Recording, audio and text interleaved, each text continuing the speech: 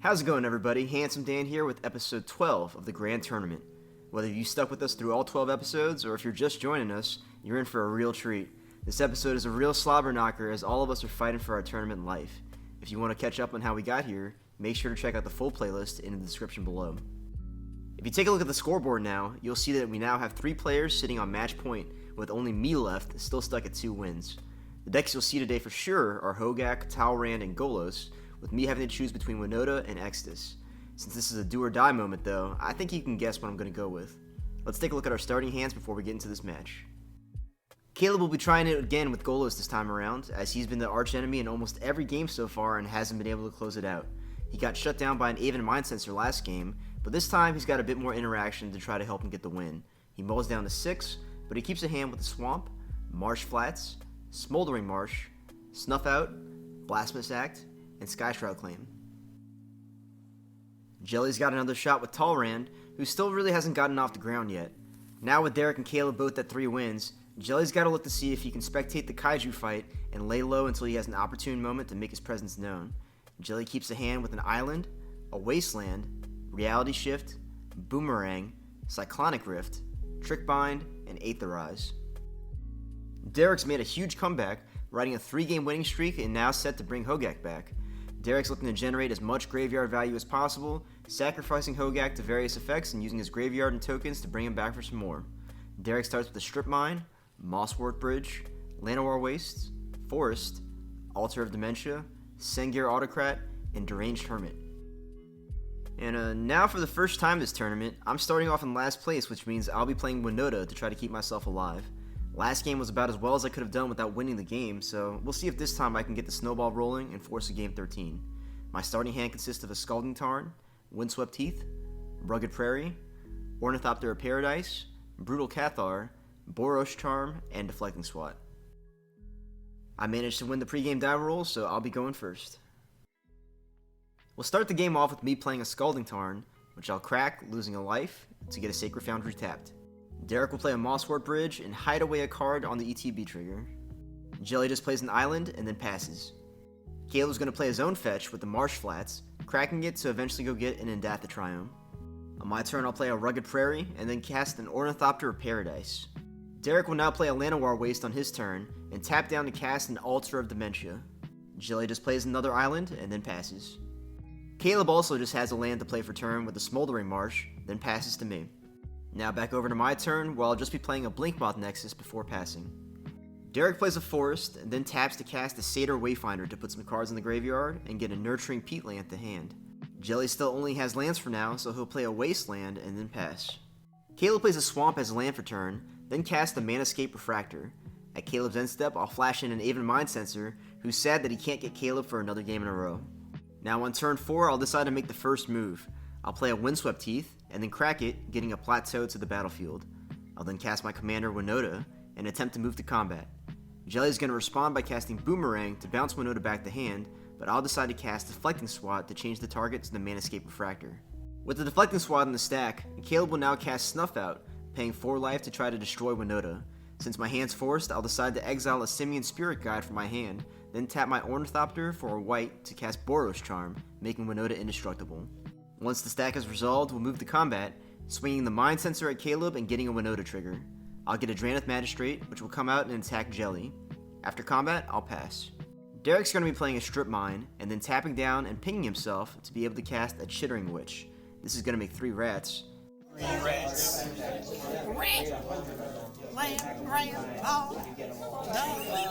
That's not the song for rats. No, that's not the song for rats, bro. No, she says rat at the end. Yeah, she does. Oh, she did? Yeah, she goes rat. Yeah, I know a meme or 2. I've been around. Jelly will continue to be patient, playing an Island and then passing. Caleb will play a Ketria Triome, which comes in tapped. Then he'll recast his Manascape Refractor. We're back to me now, where I'll miss a land drop, but I'll go straight to combat. I'll swing the Ornithopter and Aven Mind Sensor both at Jelly, getting 2 Winota triggers that get me an Aethersworn Cannon as first, and then a Gerard Weatherlight Hero second. The 2 new humans swing at Caleb, and will go to damage. On my second main phase, I'll cast a Brutal Cathar, which makes it day, and I'll exile Derek's Chittering Witch until the Cathar leaves the battlefield. Derek will go next, playing a Command Tower, and then casting a Pernicious Deed, which will sit there ominously as he passes. At the end of Derek's turn, Jelly will then cast a Reality Shift on Gerard, making a Manifest instead. On his actual turn, Jelly is just going to pass. It becomes night as Jelly casts no spells on his turn. Caleb will play a Sunken Hollow as land for turn, then decide to cast a Blasphemous Act. This is going to wipe the board and returns the Chittering Witch to the battlefield, making a new set of rats. Caleb then casts Skyshroud Claim to go get 2 forests and then passes. The board wipe sent me back pretty hard, and so I reluctantly have to hard pass. We lose track of the day and night cycle here, although it doesn't have an impact on the rest of the game. On Derek's turn, he now plays a Nurturing Peatland, then casts a Corrodes the Guildmage. He'll use his remaining resources to now cast his commander, Hogaak. At the end of his turn, Jelly will cast Mission Briefing, surveilling boats to the top, and then getting back a Reality Shift to hand. He'll then cast the Reality Shift on the Chittering Witch, so Derek will respond by sacrificing it to Altar of Dementia, milling himself. Jelly still doesn't have any actions on his own turn, and so he'll go ahead and pass again.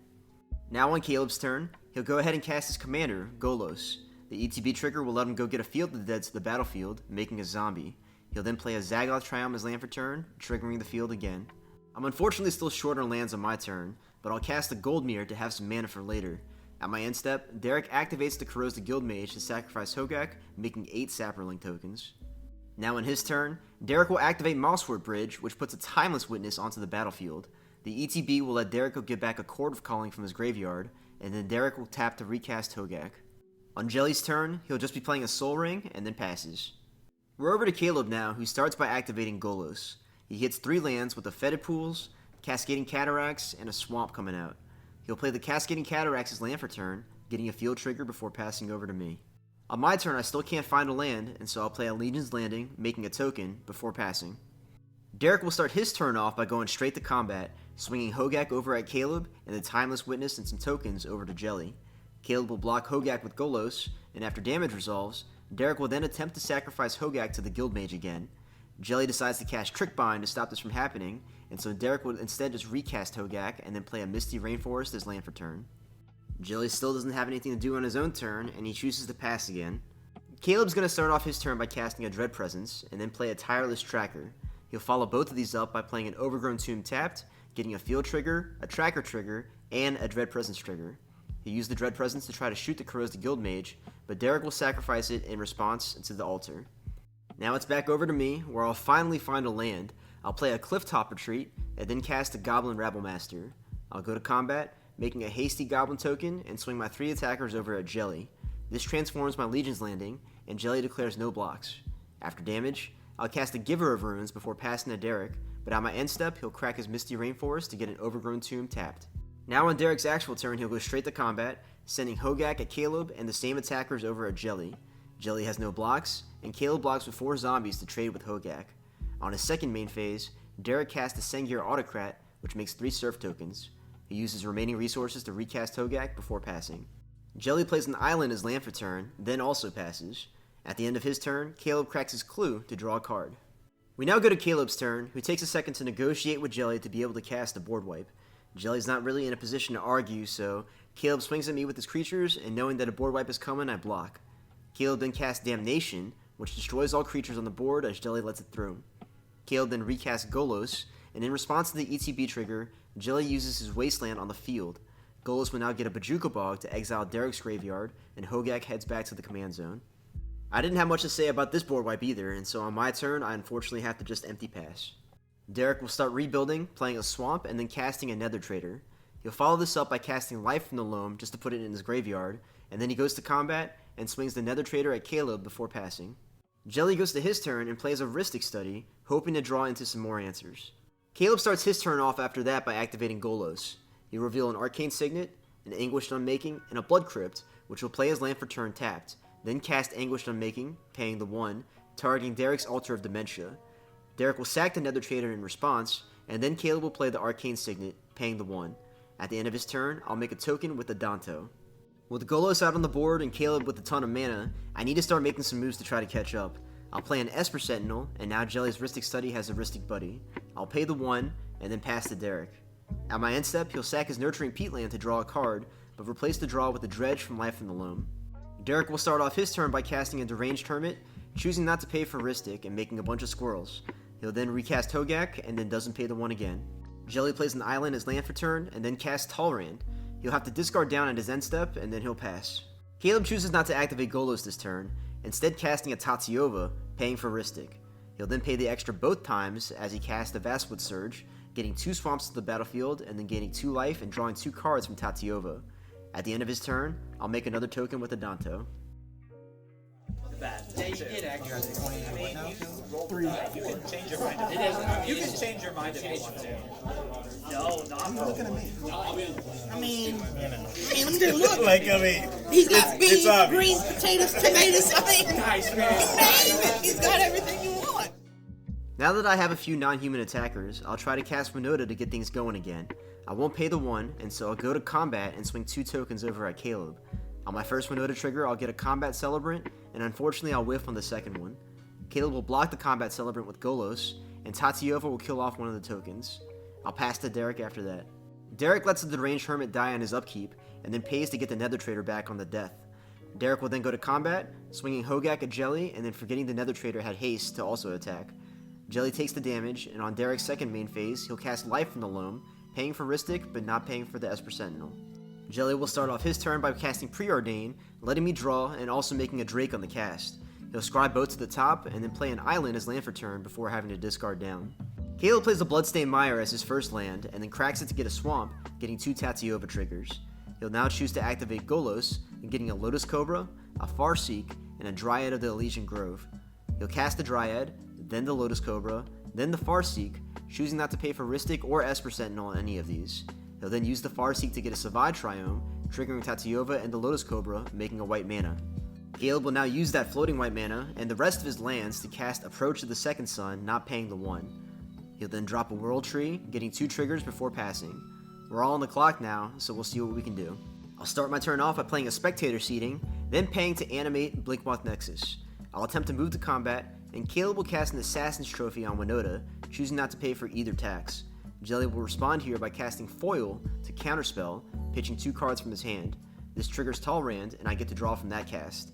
With the removal out of the way, I'll go to combat, swinging my token, Combat Celebrant, and Blinkmoth over to Caleb. I'll get 2 triggers, getting a Sanctum Prelate on the first trigger, and I'll have the ETB named 7 as the number, looking to shut out the approach. And on my second trigger, I'll get a Blade Historian to give everything double strike. Everything will be swinging at Caleb, and as my last attack trigger, I'll exert the Combat Celebrant to untap and get a second combat. Caleb will block the Blade Historian with Golos first, and the Dryad will kill off the token. I'll then move to my second combat, where the only thing I can swing at Caleb is the Blinkmoth. I'll get an Angrass Marauders this time on the trigger, which Caleb blocks with the Lotus Cobra. I have nothing else to do this turn, so I'll pass. On Derek's turn, he smells blood in the water, and so he'll go straight to combat and try to swing Hogaak and the Nether Trader at Caleb. Caleb will double block Hogaak with Golos and the Dryad, forcing Derek to choose who to kill. He chooses Golos, and then he has to pass after that. Over to Jelly now, who casts the Treasure Cruise. He doesn't pay for Esper Sentinel, but he makes a Drake on the cast. He moves to combat and swing the Drakes that he already has over to Caleb, with everyone anxious about whether or not the Sanctum Prelate can hold up. Caleb starts his turn off by playing a Strip Mine, followed by a Swamp, getting triggers for both. He'll then cast a Circuitous Route, not paying for either tax to get 2 more Swamps and 2 more triggers. Caleb will then survey the board and try to cast a Merciless Eviction, not paying the 1, which is promptly met by a Swan Song from Jelly, who gets a Talrand trigger, and he doesn't pay for Esper Sentinel. The Swan Song resolves, also making Caleb a bird. Caleb will next attempt to cast a Swift End, not paying the 1, to try to destroy the Sanctum Prelate. It resolves, and once the Sanctum Prelate is dead, Caleb also casts the Beledros Witherbloom, not paying the 1. In a desperation play, Caleb activates the Beledros to untap all of his lands after floating mana, and then cast an All Is Dust to force everyone to sacrifice all non-land permanents that aren't colorless. This one resolves, wiping most of the board. Caleb finally taps down to recast Golos, but Jelly says no, casting a counterspell to prevent Golos from appearing. He'll wrap up the turn by casting a lowly Skyshroud Ranger, and at the end of his turn, I'll activate Adanto to make a token. Caleb's now sitting at 1 life, and he has a blocker, so on my turn, the token that I have isn't enough to take him out. I'll play a Plains as land for turn, then cast the Thopter Engineer. She makes a Thopter and gives it haste, and so I go to swing for 1 over at Caleb in the air, since he has no flying blockers. However, he pulls out a desperation play and casts a Nature's Claim on his own Arcane Signet, destroying it to gain 4 life before damage. Caleb lives to see another day, and so the only thing I can do now is hope to survive until next turn. I'll play a smattering of cards that I've drawn off the Esper Sentinel, starting with the Remorseful Cleric, then following it up with an Ornithopter, followed by a Phyrexian Walker, and capping all of it off with an Archon of Emeria. I'll pass to Derek, who looks none too pleased. Derek now goes to his turn, and since the Archon is out, his one spell for turn is going to be a Deep Forest Hermit. However, Jelly's going to respond and cast a Remand, bouncing the Hermit back to Derek's hand before it ETBs. Jelly then plays an Island as his land for turn, and he'll cast a Ponder as his one spell. He'll discard down, and then pass to Caleb. Caleb's only play for his turn is to recast Golos, getting a Cabal Coffers off the ETB trigger, which comes in tapped because of the Archon. Having slowed the game down enough, I feel pretty confident in my position, but both Caleb and Jelly represent potential threats to my ability to close out the game. I don't have enough to kill them both outright yet, and so I'll start off by playing a Mana Confluence as land for turn, then go to combat, swinging my board that can do damage out at Jelly. This leaves him at 2 life, and on my second main phase, I'll cast a Vryn Wingmare as my one spell for the turn. Derek casts a Grizzly Salvage in response, grabbing an Endurance to go back to his hand. Derek will now go to his turn and play the Deep Forest Hermit again, and this time it sticks. He'll make some squirrels, and then he'll pass. Meanwhile, Jelly ominously holds up all of his mana on his turn before passing. Caleb is now stuck in a position where he needs Jelly out of the game for him to have a real shot at winning before dying. He'll go to combat, swinging Golos over at Jelly, but in response to attackers, Jelly will cast Time Stop to end the turn. Caleb responds by activating Golos, revealing 3 cards that he can't play at instant speed. The turn will end immediately afterwards. Now on turn 16, things are looking like they're finally in my favor. I'll cast Winota, which Jelly allows to resolve, and then I'll attempt to move to combat. Caleb will activate Golos and find nothing to play, while Jelly contemplates his course of action. In a twist of fate, he finally decides to go for the big picture play and cast Cyclonic Rift, targeting the Deep Forest Hermit. This leaves the board fairly open, and so on combat, I'll get 6 Winota triggers. My hits are less than stellar, whiffing on 3 of my triggers, but then getting a Rick, Steadfast Leader, choosing Vigilance and Lifelink, a Serra Ascendant, and then a Gold Knight Commander. The Rick will go to Jelly, and the Serra Ascendant will go to Caleb, although I make a mistake here by not stacking the ETBs, so the Gold Knight would buff my board twice.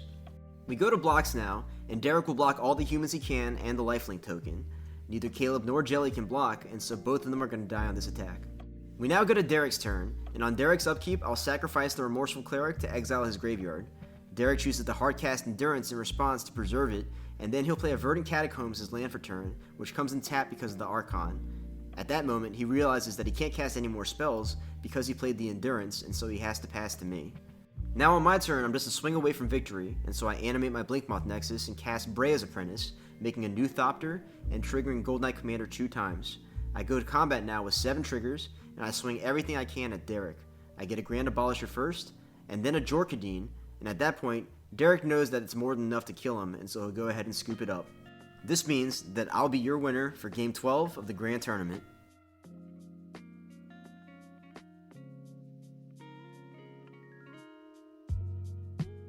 And so we managed to force a Game 13. I'm sure y'all all had to know this was coming, although I promise you that none of us planned for this to go all the way to the last game. After stalling out early in this one, I managed to rally back with Winota after fighting through multiple board wipes. There were a number of super impactful cards in this game for me, from Esper Sentinel allowing me to catch back up in cards, to Archon of Emeria, which locked the game up long enough for me to take down all 3 of my opponents. But the most critical thing for my success was the threat of Derek followed by Caleb throughout the game. All resources had to be dedicated to keeping us from losing on the spot to either deck. This allowed me to slowly catch up, and once Winota survived the last time, it was enough to close out the game. Caleb was once again just a few inches away from taking the victory, but he drew the most attention and thus was a little bit shy of taking the win. He drew a lot of the removal pieces he needed, but it was hard for him to keep the momentum up with pressure and disruption from all sides of the table. He was a little bit off from being able to cast Approach for the second time, but he had to change his plans knowing that the Approach would never resolve and with everyone staring him down. What he did do successfully, yet again, was generate a ton of mana to where he was able to get multiple Golos activations per turn. If this is going to keep up, we may not be quite so lucky in the final game. Derek was also quite close to making it 4 in a row early on in this game, able to get the tutor for a Craterhoof Behemoth in hand with a ton of tokens on the board, but unfortunately, he couldn't close the game out with Jelly hovering over him threatening Counterspell. His board was ultimately wiped before he was able to test the waters, but in the interim, he was able to recast Hogaak several times to generate some more value. Unfortunately, his deck also ended up stalling out towards the later game as he struggled to re-establish his board following the All Is Dust and Damnation and the Bajuka Bog from Caleb. While Derek's deck gets online very quickly, it can often have trouble closing games out as its primary win condition is lumbering through with Hogaak. We'll have to see if he can pull it together in Game 13. Jelly was simultaneously both the least impactful and the most impactful player in this game. Although he was never able to develop his own board state with Talrand, he opted instead to be an arbiter of the game flow, holding up mana with the threat of counterspell on most of his turns, and stepping in to prevent some huge momentum-shifting plays like Caleb's Merciless Eviction and Assassin's Trophy. Something just doesn't seem to be clicking with his deck in terms of getting going, but after the kerfuffle in Game 10, Jelly decided this time to play for his second chance in Game 13 once he saw that the game was out of reach. After this game though, there's no more second chances, and so Jelly's going to have to see if 9 times is the charm in our final game. I'm not sure if there's one singular takeaway from this game, as this match was a real slugfest with everyone doing everything in their power to try to stay alive for as long as possible. One thing that was interesting to see though, was that all of us were dependent on other players at the table to either keep us alive or keep someone else in check. A key decision point in this match was my decision to put Jelly down to 2 life rather than to swing out and kill Caleb. While Caleb was a significant threat at the time, I knew that if I killed Caleb, I would lose resources and free up Jelly's options that he needed to save to deal with Caleb. I couldn't have known what Jelly's ultimate intentions were at the time, but knowing that Caleb couldn't win without Jelly gone meant that I could force his hand to have him try to deal with Jelly himself.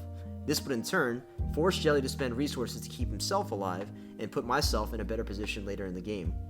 How you can apply this line of thinking is going to vary from game to game, but as always, it's important to keep a good read on the game state and the players involved to know when you can leverage a situation in your favor. This is going to be our final look at the scoreboard, because after this next episode, we'll have no choice but to crown a winner. All of us are now a match point, which means that our last game will feature Awaken the Blood Avatar, Talrand, Hogaak, and Golos. Let us know in the comment who you think is going to take this last game. It's definitely going to be a bloody fight to the finish. But that's going to be it for this episode, so thanks again for watching, and stay tuned for the last episode of Season 1 of the Grand Tournament.